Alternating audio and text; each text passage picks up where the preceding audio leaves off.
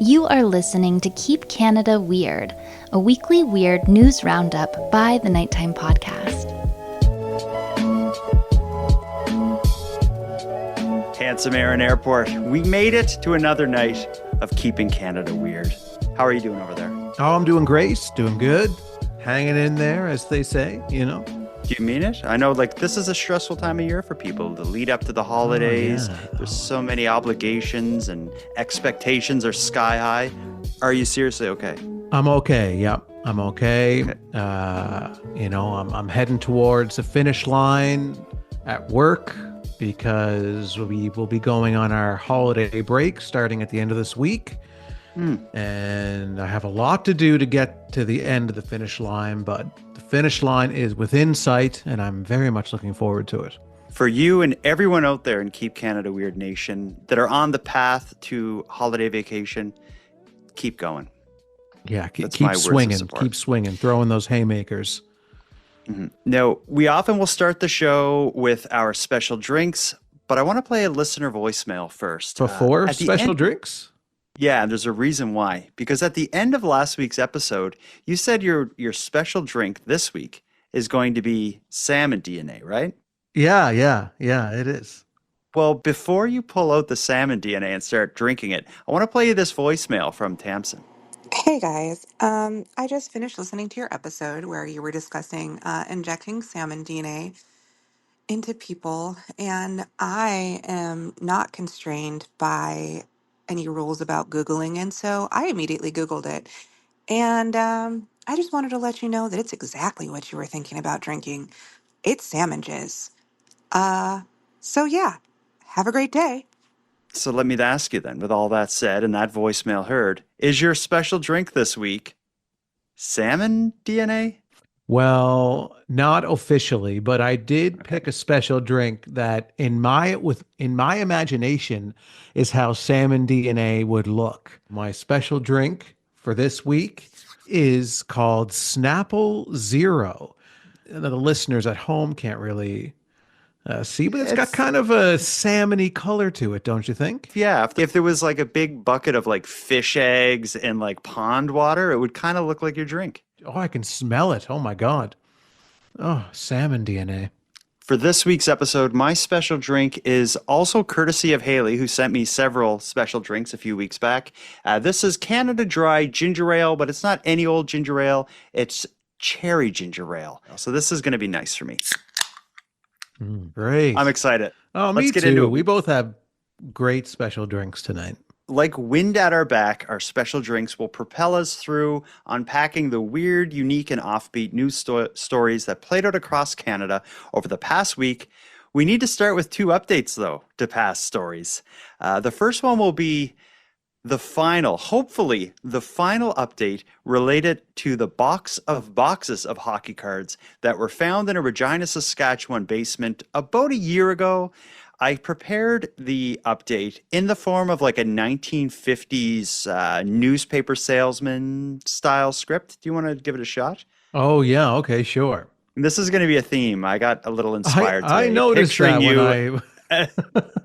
I wasn't sure what you were up to, but I did notice the trend. So, Aaron, it's the 1950s. You're standing on a busy street in Toronto trying to, tell people news and get quarters.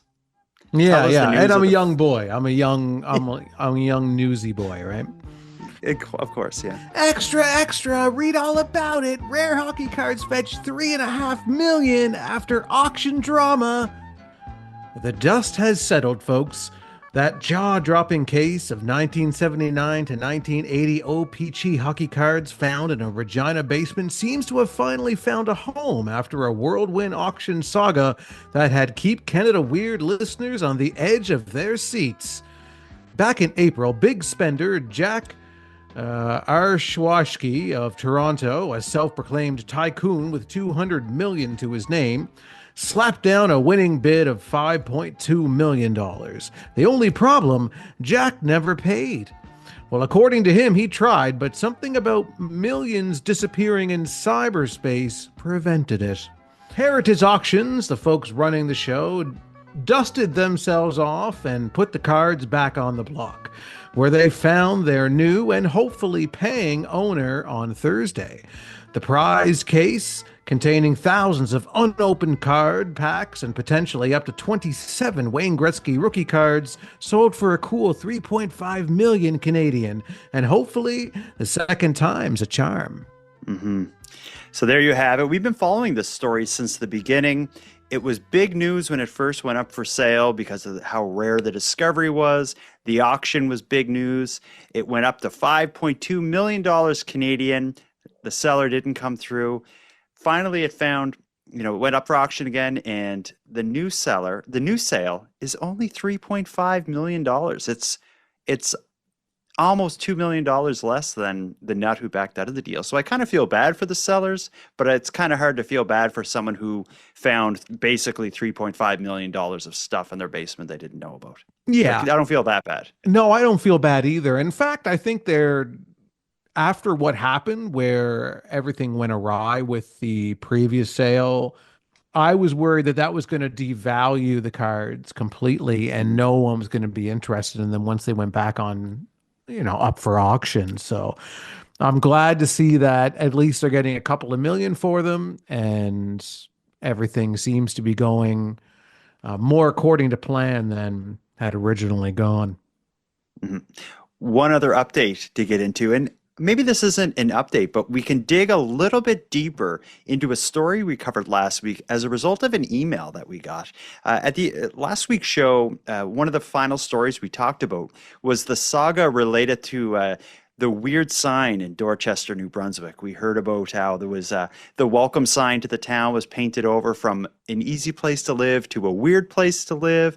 We traced the debate related to that sign to a man named Bill Steele, who moved to Dorchester from New Brunswick to buy an abandoned jail and turn it into an Airbnb. But a 2019 article was sent to us that I think explains the origin of the bad blood between Bill Steele and the town of Dorchester, or the village of Dorchester. And just like every other aspect of that story, it's a little weird. Why don't you set up the article and I'll quickly read through this one. The newsboy is coming back. Extra, extra, read all about it. Dorchester goat drama heats up as court date looms. It's Bill Steele versus Dorchester in a small town showdown that's got everyone talking. Bill Steele's 3 goats live in an enclosure next to the former Dorchester jail. And those goats are the subject of a lawsuit filed by the village of Dorchester. They're saying I'm running a farm. These aren't farm animals. They're my companions. The squabble started last June when the village ordered Steele to ditch his goats and his 5 chickens, citing zoning laws that only allow pets like cats and dogs in the community. Steele, refusing to budge, has now taken to social media rallying support to keep his goats where they are. Court set for May 6th, Steele says. What are they going to do? Throw me in jail? I already live in a jail. The old lockup, which Steele bought and turned into a bed and breakfast, might just see its quirkiest booking yet. Stay tuned for the verdict in this unusual barnyard battle.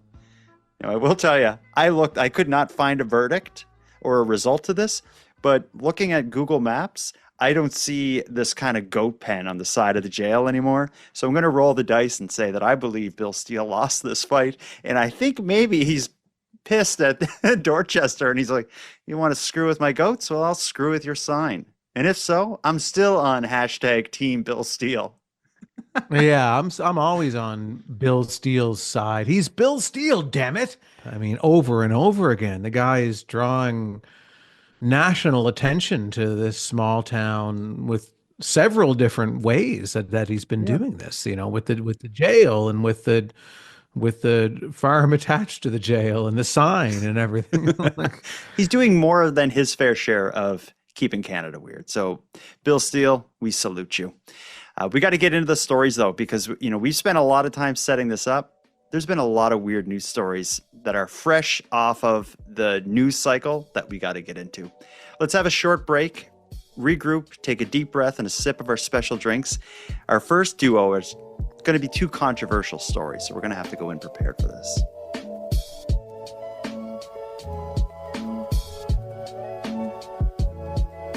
Handsome Aaron Airport, I don't want to step on any toes here. We've talked a lot about negative stories related to animals, specifically stories that involve harm to animals. I'm sad to say that our next story is about a killing of a rabbit in Nanaimo, BC, but it's so unusual that we do have to cover this.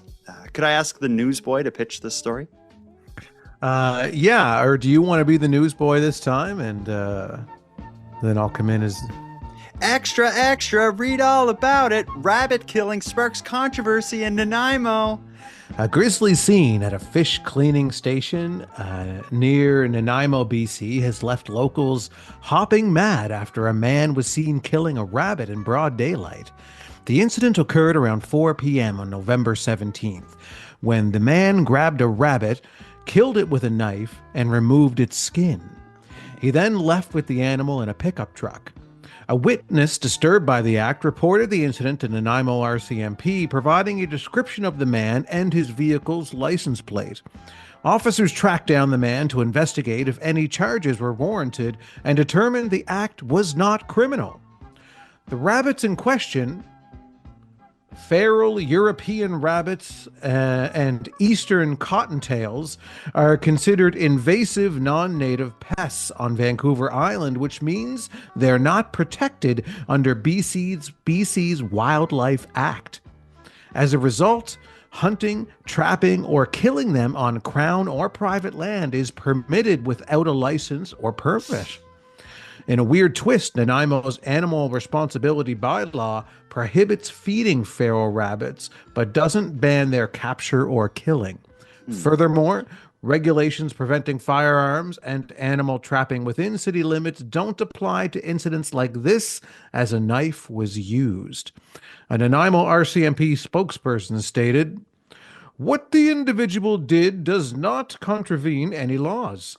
It was not on private land. Rabbits are not indigenous to the island, nor firearm or trap was used, and therefore it was not unlawful what he did. If he had killed the animal for the sake of killing it, that would be a different story. But that was not the case. He ate the rabbit." I love that cop. Yeah, he turned into Gandalf there for a bit. Yeah, well, no, this episode's like a period piece. Yeah, it felt like it needed it. Like he was some kind of an old-timey constable or something. That story came from a listener named Jennifer. That completely missed me. I didn't hear anything about this, and I don't think it got any mainstream kind of news coverage, but I found several local stories about it. I think the whole thing's bizarre, but by the sounds of it, some man just kind of at a fish cleaning station. So this must be like a little area where fishermen kind of unload their harvest of fish and do what they do to them. But it sounds like he just grabbed a rabbit, probably with his hand, killed it, skinned it, got in his truck, drove home, and ate it. Yeah, I when I first read this story, I wasn't really registering that it was at a fish cleaning station. Yeah, Whatever that kind of means. Like, is it an area of like, do you know? Well, I know where this happened was near a boat launch at a fish cleaning station. So there must Okay. be a spot where, like, a boat launch is an area where boats can get in and out of the water. And I'm guessing if it's fishing boats, it would kind of make sense that they're also taking, fish and stuff on and off the boats. So maybe a fish cleaning station could be to like actually clean them before putting them in like, I don't know, containers or something, or it could be cleaning them as in like cutting them open and That's what doing I all was that. thinking. Like, is there fish gutting already happening in this area? So maybe this individual thought, well, I'm gonna do the same to this rabbit. It's not really that out of place. Yeah, maybe he could have been one of the people that do the fish cleaning, and he's so desensitized to it that it's nothing for him to be like, I'm gonna like kill and cut these fish and eat them later, and I love rabbits, so there's one, I'll grab it. And like maybe it's just like nothing to him. It's kind of like for you and I when we open a loaf of bread and pop some bread in the toaster. That's to us what it is to him to do this to a rabbit in front of some poor horrified person that called the police.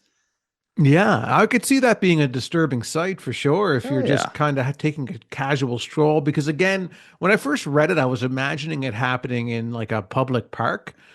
Yeah. families, children playing soccer and people having picnics and then a guy just picks a rabbit up and skins it alive and then Mhm. just, It's takes its carcass away. but people do eat rabbits, and rabbits are like that article says. I hate to think of it this way, but they are an invasive species. They shouldn't be there hopping around on that island. The problem is rabbits are so damn cute. They're Yeah, adorable. yeah. They're as cute and lovable as cats or dogs, I think. The way they hop and their big ears and the sweet Yeah, I noses. guess when you're not consenting to the act of it happening right in front of you, like the guy probably should have, I guess in hindsight, been like, "Oh, do you mind, madam, if I skin this adorable rabbit in front of you?" It's weird that he would do it though, like to see like just like a little animal hopping by and grab it. But I guess what's the difference between that and fishing?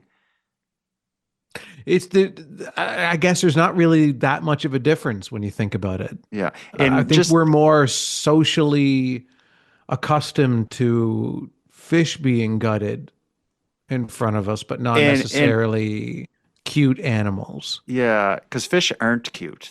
I find them gross. I also don't eat fish. I also don't hunt. So I'm ignorant to all this stuff. But just like you said, I think socially and culturally, the idea of pulling fish out of the ocean, killing them, cooking them, and eating them, it's like that doesn't. I don't bat an eye at that because that's normal. But to do the same thing to like a rabbit or a deer, like I want to like dive in front of them and take the bullet because I Yeah, love because them so much. imagine, because like fishing happens all over the place, like at parks and on docks and in Mhm. very public places and cities and nobody bats an eye at how a fish is treated. So it's brought up on a string with a hook at its mouth Through and his mouth. often clubbed to death. Yeah, it's And then disturbing. it is. So imagine if all of the adorable animals that people love to pet were treated that way publicly. Mhm. You know, it's in which is kind of what happened here. Okay. We've talked about harming animals. Let's move on to an even more controversial topic, and that is discussing someone's weight with them publicly. That's something you should never do, right? Like, are you pregnant? Imagine saying that to someone. Unless what Madeline Klein says is until the baby has left their body, don't ask them. And you've seen it happen. Don't ask them if they're pregnant. Yeah, and I don't care enough about people's pregnancies anyway to ask. So Yeah, but sometimes it feels like you should say it when you see someone and they're obviously pregnant. Like I feel like saying it. But anyway, needless to I say, mean, like, what do you feel like saying? Are you pregnant or congratulations. Like I haven't seen you in 6 months and like, wow, like, are you pregnant? Slap. Um, all that to say, discussing weight is a very controversial topic. Body positivity, all this stuff. It's complicated. It's a minefield and it's emotional and it could be very disrespectful to even go there. And that's what makes this next story so interesting. We'll call this one waterslide weight limit enforcement in Windsor, Ontario. So here's a story that's literally making waves across Canada. A Windsor mom is speaking out after being told she couldn't ride a water slide with her son due to a new weight restriction. She says this experience has left her feeling embarrassed, and she's now raising concerns about how these rules are enforced. Here comes the story, and we'll see if you're brave enough to talk about this one. Here it comes. A Windsor woman wants to see this indoor water park change the way it's handling a new weight limit on one of its slides. Adventure Bay's Python slide carries multiple people in a tube down a winding path, dumping them into a pool of water. Jessica Cameron and her son went up a number of steps to get to the top. Once there, they saw that the weight limit to go on the slide had been cut in half to 300 pounds. In order to go down, you now have to be weighed, and the screen that shows your weight faces the lifeguard. Because Cameron and her son were over that weight limit, they couldn't go down together, so he went with another lifeguard. I felt embarrassed. I felt like it was intrusive. to me. Cameron says that she's all for safety and rules, but thinks that there needs to be a better way to go about this. She teaches middle school girls, and so she thinks about how a moment like this could really impact them. In 2024, I think that we need to be more sensitive towards people, towards mental health and body issues and all of these things. So while my skin is tough and I can handle that sort of thing, I don't know that everybody can, and I don't want them to have to go through that. In an email, a spokesperson for the body that regulates these slides said there were 2 recent incidents where riders fell off the tube. The authority ordered the weight limit to be temporarily lowered until an engineering assessment and a test are done to confirm a total upper weight limit. Another inspection will be done soon. The city of Windsor owns the water park. It said in an email that the safety of guests is their top priority. It says there's signs telling people of the scale and weight change at multiple spots, even before they get to the top of the ride. But Cameron says there weren't any. The city added that the scale it had originally ordered, which weighs multiple people at a time and flashes a red or green light, hasn't come in yet. This one, it says, is used in the amusement industry. One expert says that weighing people in this type of environment can be difficult for some. It can also trigger body image issues. As for Cameron, she's just hoping organizations can find better ways of inclusive environments. There's a lot to that story to talk about. This story, yeah, it's complicated because I can totally understand where the woman is coming from. But I also understand where. But it also seems like the place is just trying to keep things going while they do things that need to be done. So so I get her side of it, how it can be humiliating or to be in that situation where you're told, oh, unfortunately you're going to be too heavy to do this or to do that. Yeah. And also we didn't hear about it in the story, but you walk up these sets of stairs to get up to the top where the lifeguard is, you get weighed there. And she described having to make this kind of walk of shame back down the stairs, having been turned away in her bathing suit. Like it would just be humiliating. And I feel for her big time. Right. So did she, was it just the 2 of them combined? I'm not sure about this in the story. Was it the 2 of them combined that went over 300, or was that? Yeah, it was like her and her son. Well, yeah, I don't know if it was because then why didn't they just go down separately? Yeah, it must have been her alone because her son, it led to her son going down with a random lifeguard. Yes. So it must have been her that couldn't ride, and her son was still able to go ahead with the lifeguard. So, at least good that happened. But the answer to this is I don't like, because it's the answer to avoid this. It seems like maybe they could just close the slide until they got a more sensitive scale or something, and that scale with just the green or red light come in. I don't like that idea either. I'd like the idea of just kind of finding a way to make it work, but it's and that's why it's a complicated situation, because it's kind of a lose-lose. Yeah, I felt like in the news coverage they were giving the criticisms toward the business, but not offering up any tangible solutions. Mm-hmm. So where they were like, well, it should be a more inclusive process in determining the weight to ride the slide. Yeah. It's like, what do you suggest that be? How do you suggest that this business goes about this situation? They've ordered a more appropriate scale. It hasn't arrived yet. It's not like they're showing your weight to everybody. The screens are turned around, but yeah, so no one should see it except the lifeguard. So I think that is kind of being sensitive, and because whatever your weight is, it shouldn't be a secret from the lifeguard, because they're there to follow the rules, make sure everybody's safe. And so it shouldn't be like them seeing it. I think is okay. It's kind of like when your nurse or doctor sees your test results or something like that. They're kind of a part of it. So the lifeguard, I think, should be a part of that. Or not that they should be a part of it, but if anyone is going to see the number, it should be the lifeguard. Well, in its current state, the lifeguard has to make the decision Mhm. if certain people are allowed to go down the slide for, based off of a safety assessment using weight. Yeah. So Yeah. it's And the the people, lifeguard is the only person that can make that call yeah. at this current time.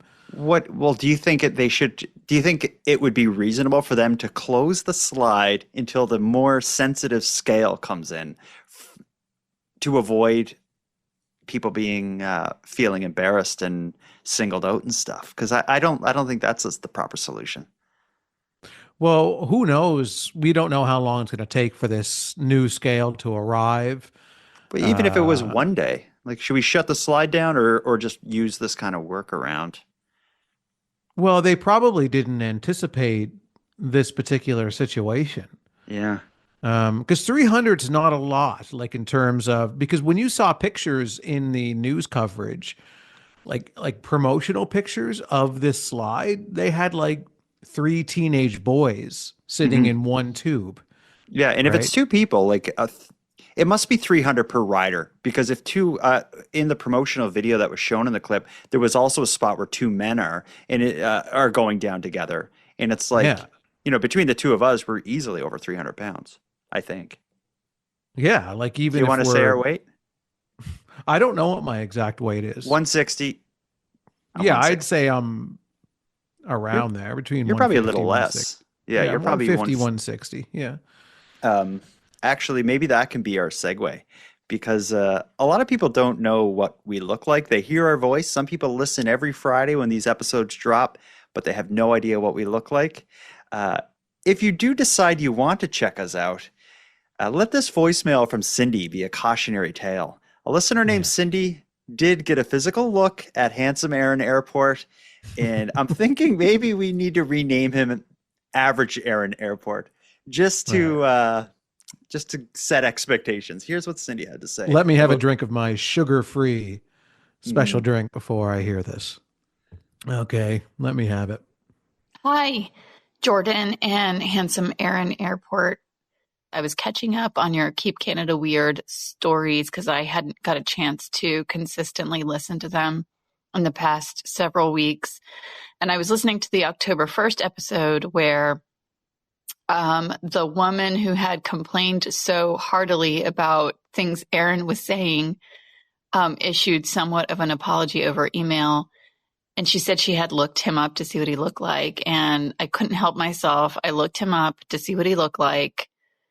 And I shouldn't have. No, you shouldn't. He's fine looking. He's sort of your average white guy. I mean, he's not bad looking. He's handsome enough, I suppose. But I guess having seen him now, it's sort of destroyed my whole image of him. It's kind of like when you read a book and you build an entire visual in your mind, and then you have to see a movie that is a rendering of the story, and it just kind of destroys everything you've built in your mind. So, yeah, I ruined Aaron Airport for me because now he doesn't look like anything that I thought he looked like, which is not, I guess, a bad thing, but I had sort of settled very comfortably into my images of what's going on when you guys are talking. So anyway, I really enjoy the banter. You guys are doing a great job. I love how you take everything in stride. Mm-hmm. Some of the shit you say makes me laugh really hard. So keep going. Canada is sounding like a really good place to go right now. Thanks. Bye. we take everything Wow. in stride, so let's hear you handle that one, Aaron. Yeah, yeah. Well, fine enough. That's I'll take that actually. It Yeah, would have been you've a been lot called worse if worse. she came out and you're like, God, he is ugly. He is a troll, this guy. Oh my God. He is couldn't be more opposite to how I wanted him to look. But she's like, he's handsome enough, I guess. I'll take that. I'll I'll take take it. that. That's what I usually say when I look in the mirror every morning. I say, you'll This'll do. do. This'll do for Yeah, today. I can leave the house. you're just enough. Yeah. It's there's been a few times on this show that we've explained why I'm called Handsome Aaron Airport, and it has nothing to do with how I look. Mhm. It's a stage name that we used in our band when we used to play shows. And we all had stage names, and that was my stage name, and it was an ironic stage name. It was more done in jest, like kind of making fun of stage names, people who have stage names and call themselves handsome, and so it was kind of a Almost like something out of pro wrestling. You were the lead singer, the front man of the band, yeah. and so like the front man of a band who's all confident would have a name like handsome so and so. So that's where it came from. Yeah, yeah. It was a satirical kind of take Yeah. on lead singers who have nicknames. And it had nothing to do with how I look. I can agree with Cindy. I'd fall in the average category. If you got to know me, spend a little bit more time with me, maybe see me, when I do my hobbies, like see me how I am when I'm home alone with my cat. Um, then you might really start to see me in a different light, Mm. Cindy. You might even come over to Anonymous's point of view and fall in love with me. I don't know, but we'll see. But yeah, I do a lot of fun, neat things, and I really like playing Monopoly. It's my favorite board game. If you saw me win in Monopoly, you'd be like, you know what? It's on second thought, he's Tell really her about handsome. the walks and stuff. Like you're always going on walks. Tell her about where you I go for a walk to. every day. Every day I get home from work, I put on a warm sweater and my toque.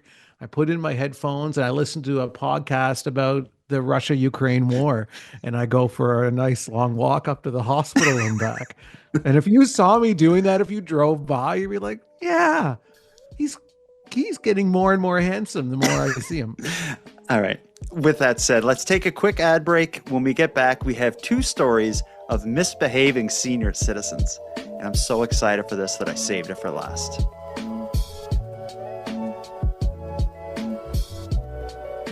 All right, Aaron, we got two exciting stories related to misbehaving seniors. I'm going to give you the choice. Do you want to go with a senior who's driving way too fast or a senior who may or may not be uploading pornography to YouTube? I want to end on pornography, so let's go with Okay. driving too So we'll fast. call this the 80-year-old stunt driver, and we're going to need our newsboy to set this one up.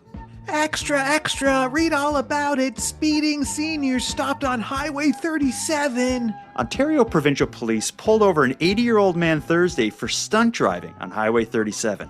That's right, 80 years old. The senior was clocked at a jaw-dropping 159 kilometers an hour in an 80 kilometer an hour zone.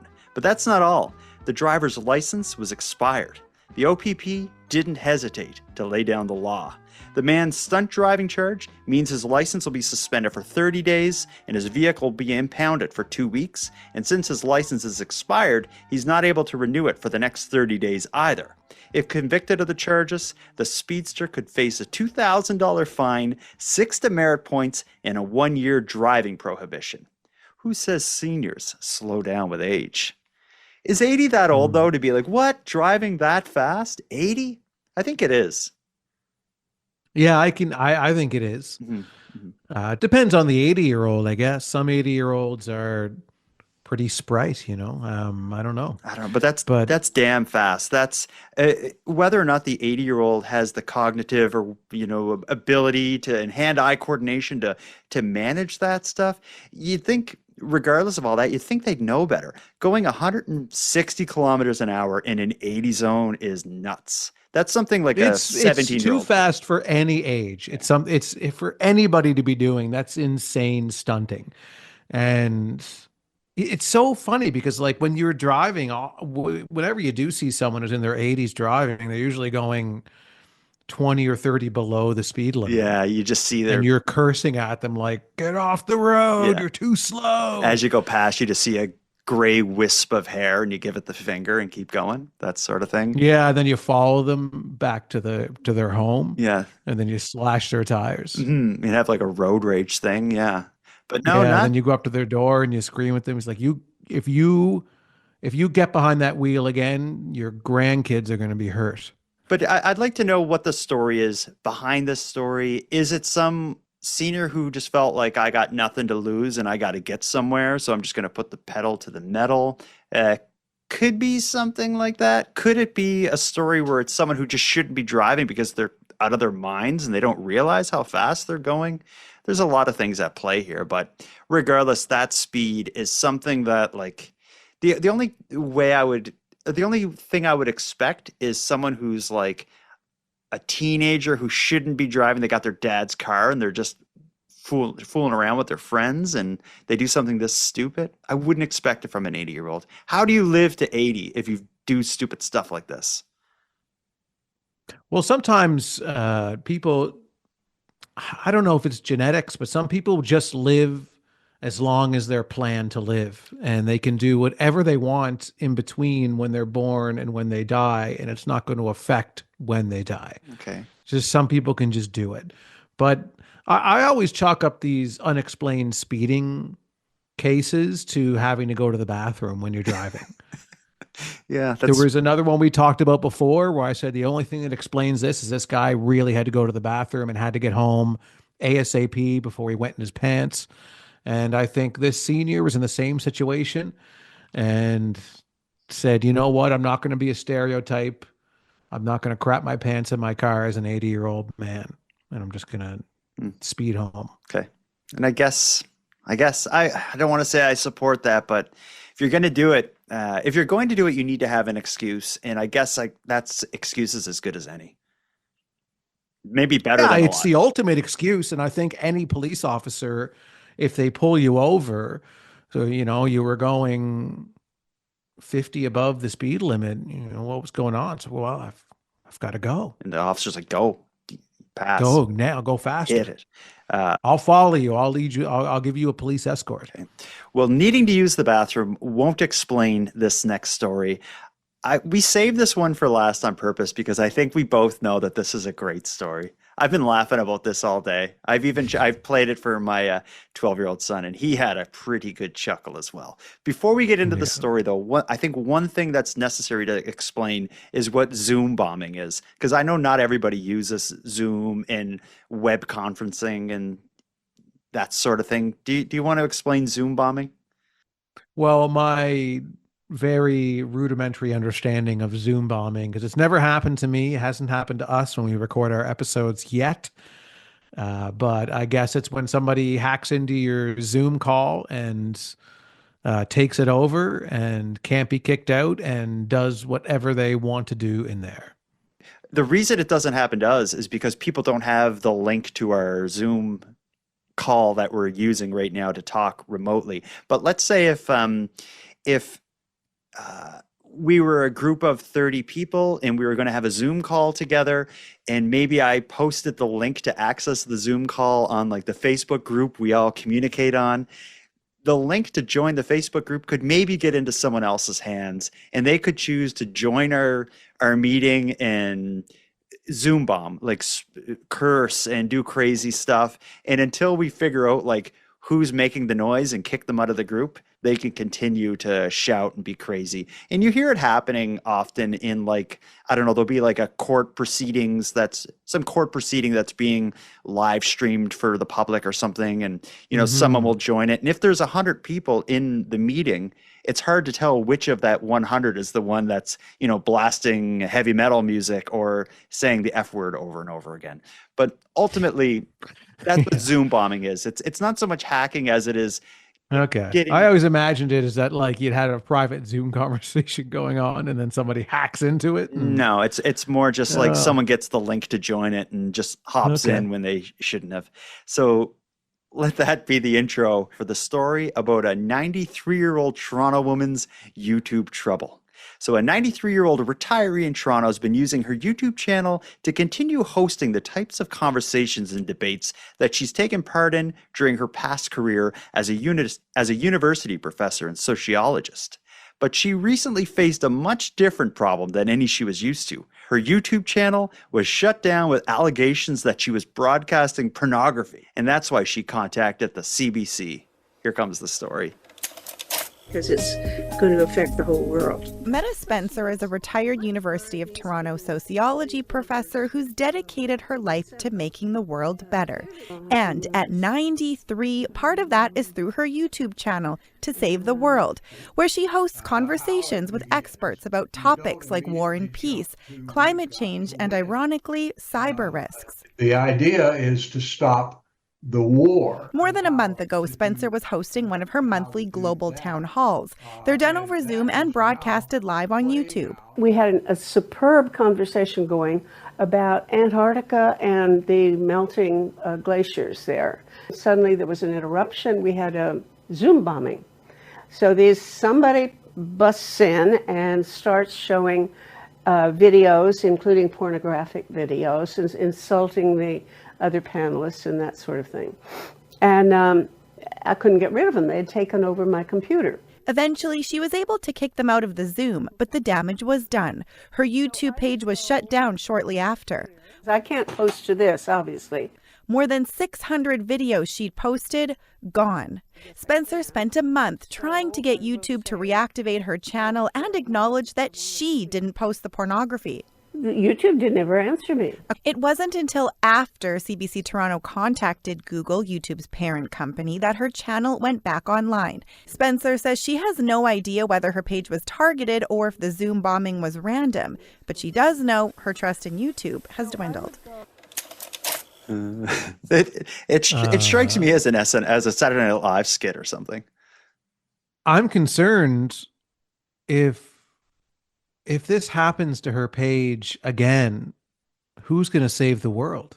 Yeah, seriously. If the panelists on her show, it sounds like a very sweet program. And the little clip that they chose to air, where it was that man like, the point is to stop the war. Like they're having these deep like conversations about these issues. And she doesn't even call the other people like that were being bothered as like her guests or her co-hosts. Like they're all panelists, as if like it's this big special thing. And I'm glad stuff like that happens. Yeah, on it's YouTube. the United Nations is what it is. Basically. And then someone who knows how they got the code to join the Zoom meeting. And on the news clip, you see that there's maybe like 16 people there. So I'm guessing the password to join this meeting wasn't a closely guarded secret. And that's how someone got access to it. But they went on there. She was probably live streaming. And since they were showing pornography on their screen, it was her uploading that to YouTube. So I see how the whole thing happened. It's kind of funny. I feel bad laughing at them. It's kind of like when we laughed at, remember, I'm probably going back 2 years. There was the greeting card, the group of seniors who were making like, the seniors. Cards. Yeah. They took it so seriously. We gave them a real hard time. I feel the same way about this. You do officially. Yeah. I'm glad they're doing it, and that it's sweet and nice and I'm sure they're all very intelligent. It's probably a bunch of PhD people and stuff that are doing this, but it's just this bizarre version of like modern pranks managed to take it all out. And I think that's kind of funny. I like to imagine that the person who Zoom bombed is like a grandson of one of the panelists. Yeah, like my grandmother, she takes this thing so seriously. We'll join. Yeah. My granddad's a real piece of shit, man. You should hear some of the stuff he goes on about calls himself a panelist when we're sitting at dinner. And it's like, oh my God, like, I just want you to drive me to the dance. And he's just like, I don't have time. We're saving the world tonight. We have to stop the war. Yeah, it's that story cracked me up. I was excited to share that one with you tonight. I knew you would enjoy it as well. I enjoy it. Yeah, it's always the case where the company does nothing about the situation until the media gets involved. But that happens every time. It's probably the main reason people go to the media to complain is because they're not listening to me, so they'll probably listen to you. Mm-hmm. And then all of a sudden something gets done about it and we're back to saving the world. But I would like to see them get Zoom bombed again. Unfortunately, I do want that to happen. we got one more voicemail to air before we wrap up the show here. This just calls back to a prior story from last week. I want to talk about it. One of the stories we talked about last week was the tires being pulled, the wheels being pulled completely off a car at night. You remember this whole thing? It was just a week ago we talked about it. Yeah. I got another voicemail, and I don't think it's specifically in connection to that story, but it just so happens that in the same province, British Columbia, a listener of Keep Canada Weird was sharing a story about some stolen tires just kind of appearing at her job site. Listen to this. I don't think it's connected, but it just makes me think something weird is going on with wheels and tires in British Columbia. Here it comes. Hey guys, I just started listening. I've got a weird story for you. It's happening as we speak, so there's no conclusion yet. I live in British Columbia and I work for a construction company. We are building a condo. It's about finished, and a couple weeks ago somebody broke in. We didn't find any damage except for to the exterior door. A few doors were left open and no tools were stolen. A few days later, we noticed that 3 sets of high-end tires ended up in the tenant storage and no one was living in the building yet. We couldn't figure it out. And then yesterday we were reviewing the security tapes and discovered that the people that had broke in at 3 in the morning and dropped off all these sets of tires in the tenant storage and left. They didn't disguise their face or anything, and they drove a truck right into the parkade. Not really sure why they broke in the middle of the night to drop stuff off, but the story is unfolding as we speak. Well, we're on the story. Could it be the same tires? Like, what the heck's going on there? That's weird, right?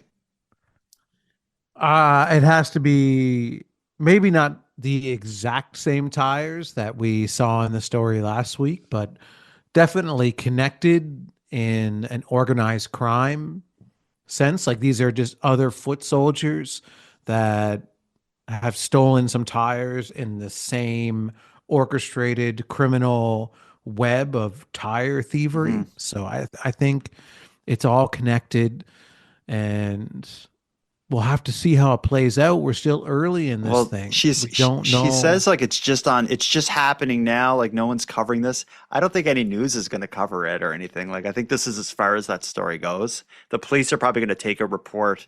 Those tires are probably going to end up on like a police auction or something, and that's the end of it. So why would they put the tires in there? Yeah, like to find an abandoned kind of house. It's not abandoned. It's a house under construction. No, it's being constructed, right? So why be like, let's break? Well, it seems like needing to, if you're going to steal a bunch of tires and you got to hide them somewhere, why would you hide them somewhere that you have to like break into? Do they not have anywhere? Doesn't make sense. Yeah. Unless it's a misunderstanding.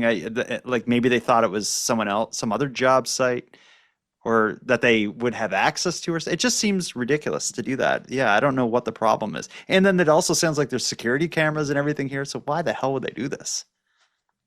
Maybe it's a gift. Maybe they didn't think they were breaking the law. And they're like, we want to donate these tires to this construction company so that they can get the job done faster. We're like Robin Hood of stolen tires. Yeah. Yeah, it's an interesting one. But we don't have time to solve it tonight. We'll see if that's how that plays out. If there's updates or if anyone has any other unique tire stories, I guess we're on the tire beat in BC right now. Yeah, it's going to be a Keep Tires Weird podcast going forward. Yeah. It sounds like the tire stories are ramping up. Everyone's forgotten about the animal uprising, and it's all about tires now going forward. That said, since we're on the topic of going forward and getting story ideas and such, we're coming to the end of the year. We're recording this, or this episode will be released Friday the 13th of December, which means the new year is just around the corner. I was thinking something that I would like to do is put it out there for listeners of Keep Canada Weird to share with us your favorite story from the 2024 season of Keep Canada Weird episodes. If there's a past story that was one from this year that really stuck with you, I'd like to hear about it. Let us know. And maybe we can do some kind of like celebration of the best stories of 2024. If I had to think back of a favorite story, I don't know if I could do it. My memory is so short that my favorite story of 2024 is the story about the 93-year-old YouTuber who got her account taken down. Oh, how convenient. My favorite story is the tire story from this week, just because it's literally the last thing we talked about. And I'm really looking forward to people calling in about tires only going forward. So I just want next week's episode just to be voicemails about tires, not even about stolen tires. Just tires, like tell me about the tires you have on your car. Are they winter tires? Are they big? Are they small? Um, tell me about a time you had to change a tire. That could be interesting. Um, I like where you're going with the future of the show, but I don't think we should pivot to tires just yet. We're going to stick on weird news for a if little it's bit. what the listeners want, though, that's the direction That's they're true. pulling us in. I mean, the voicemails speak for themselves. The last one that we heard was all about tires. That's true. That's true. Let's start wrapping this up. One more administrative note, actually, however. With us coming to the end of the year, if you're listening to Keep Canada Weird on the Nighttime Podcast's podcast feed, you're going to notice some prior Keep Canada Weird episodes. I'm going to remove the 2023 season from the Nighttime Podcast feed. That said, if you're someone who's going back and listening to all the old episodes, there's a separate podcast feed that's the Keep Canada Weird archive. If you just search Keep Canada Weird wherever you get podcasts, you'll always find every episode of Keep Canada Weird on the Keep Canada Weird podcast, on the Nighttime Podcast, where the majority of people listening on that feed. I'm just going to have like the last year or two of episodes. So if you want to go back to the beginning, you got to go to the Keep Canada Weird podcast feed. Excellent information. Administrative note over. Let's put a bow on this. Let's put now back to the tires. Yeah, let's put a cherry on top. Handsome Aaron Airport. Until next time. Jordan Bus Stop Bonaparte. Until next time. The rabbit story I considered saving for Easter because my dad always would tell me that for Easter he was going to go in the woods behind my house and catch some rabbits for me as a little child. And I think that's why that traumatized me. And I think that's why that story kind of bothered me. It was because of my dad teasing me as a kid. Okay, you were triggered by that. Mm-hmm. Jordan Bus Stop Bonaparte. Until next time, if my love for you were to be attempting to go down a water slide and had to be weighed prior to being allowed to go down the water slide, it would be well over 300 pounds. Or the new scale would just turn red and everyone would be okay. Red for love.